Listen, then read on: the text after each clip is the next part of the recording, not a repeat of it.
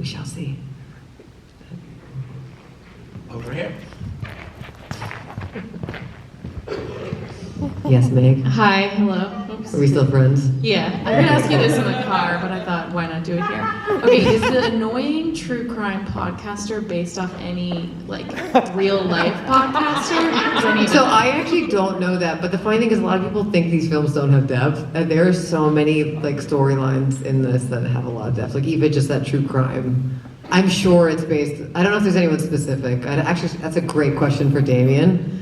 I don't know if you would ever tell who it was about, but it's definitely based off of like our obsession with serial killers and all that true crime stuff. So.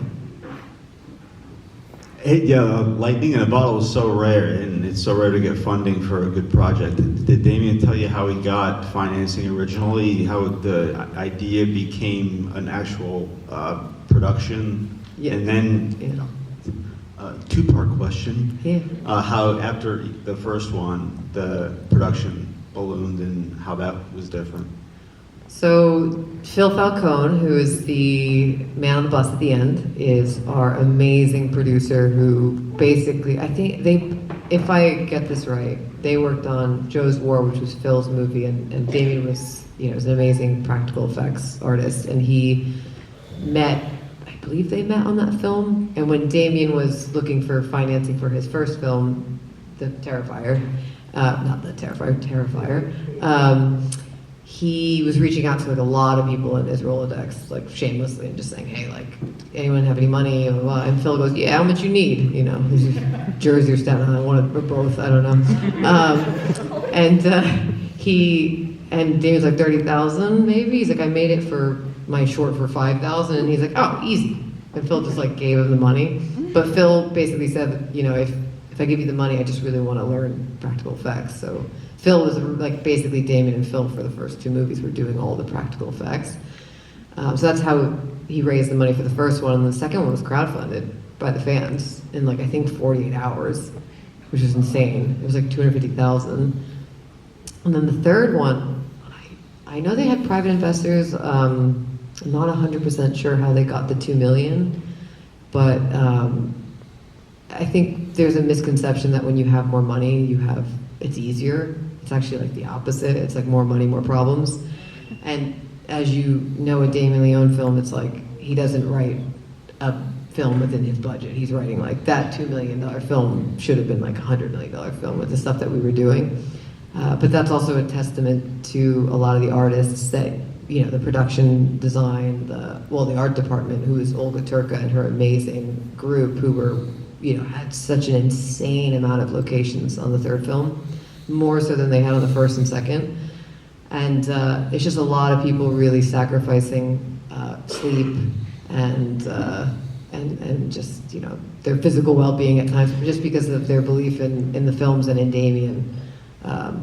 But yeah, it was definitely, it wasn't as luxurious. We didn't have trailers. We were, like I said, finding a little patch in the corner of the room. It was like super indie.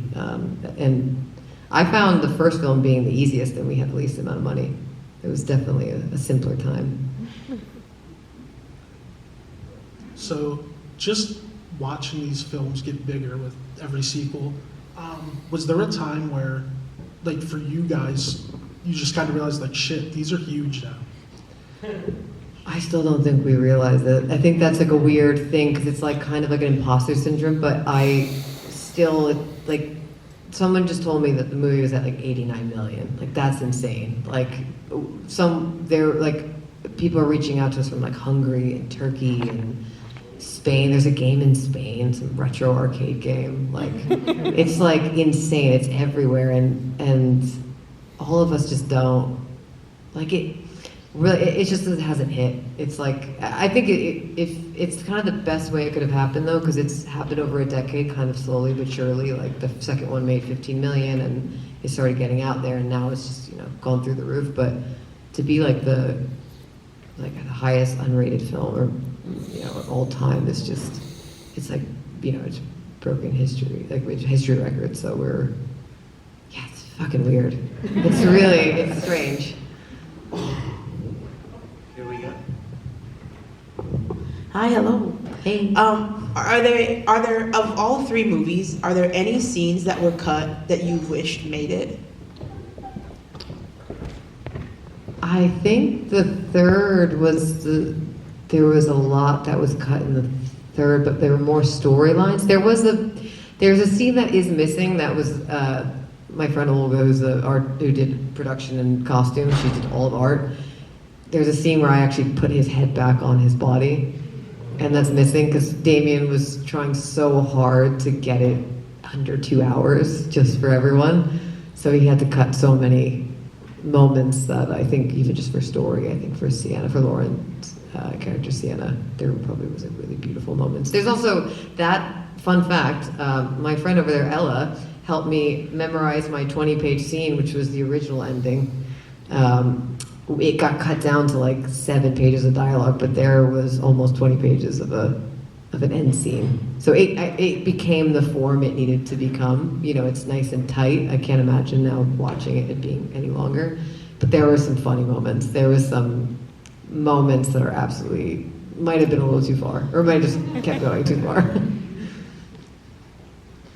All right, so we have another question over here? Okay.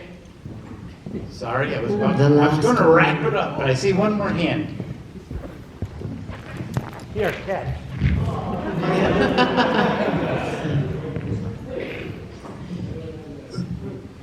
In talking about all of the deleted scenes and everything like that, there's just this question has been bothering me in the 4 times that I've seen this movie so far.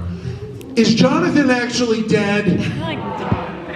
I actually can't answer that. At one point I was like, yeah, he's dead, and then Damien's like, we'll find out. And I'm like, what have I been saying to people? So I actually don't know that. I thought he was. All right, good to know. I feel, but you know what, Damien said though that like if he is or if he isn't will be determined, but I think that it would be hard to watch him die on screen because it would be brutal. You can't only imagine if Jonathan, they actually saw what he did to him, that would be bad. So, out of respect. But I don't know. I hope he's not. I love him. I love Elliot. Rory, you have a question. After art, obviously, who's your favorite horror clown? Oh. I like the original Pennywise, because that scared the shit out of me as a kid. Yeah, so. He's a genius. My friend over there loves Rocky Horror Picture Show. And, I now love it because of her. So, it's great. He's great. What kind of guy is Damien? What's he like? Is he like a theater guy, film guy? What is his deal? He's amazing. Who is this person? I mean, it's a testament, like, Damien off of 2, it was pretty successful, and he had opportunities to make it easy on himself, and he could have taken offers that would have diluted the vision down, would have possibly recast it,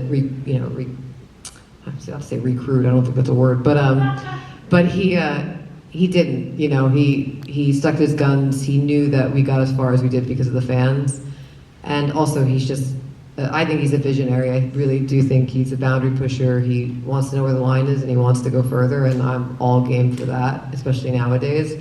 But he really stuck to his guns, and he's great. He was suffering with all of us, you know, even after all that he's given, and yeah, I admire him so much. As a filmmaker, to know someone like that who has such integrity, is really inspiring, because it's a tough industry and it's easy to kind of take the easy road, and I really look up to him. He's become a really good friend, but I look up to him as an artist.